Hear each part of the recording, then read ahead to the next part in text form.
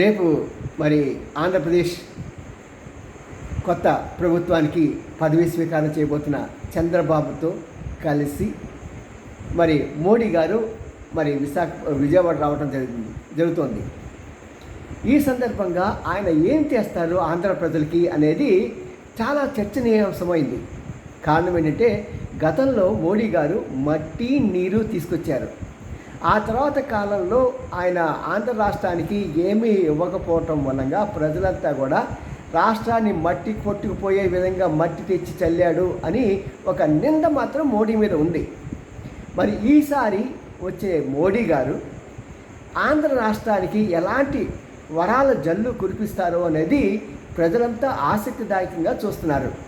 మరి ఇలాంటి సమయంలో మోడీ గారు ఆంధ్ర రాష్ట్ర ప్రజల కోరిక తీరిస్తే బాగుంటుందని ప్రజలంతా కోరుకుంటున్నారు.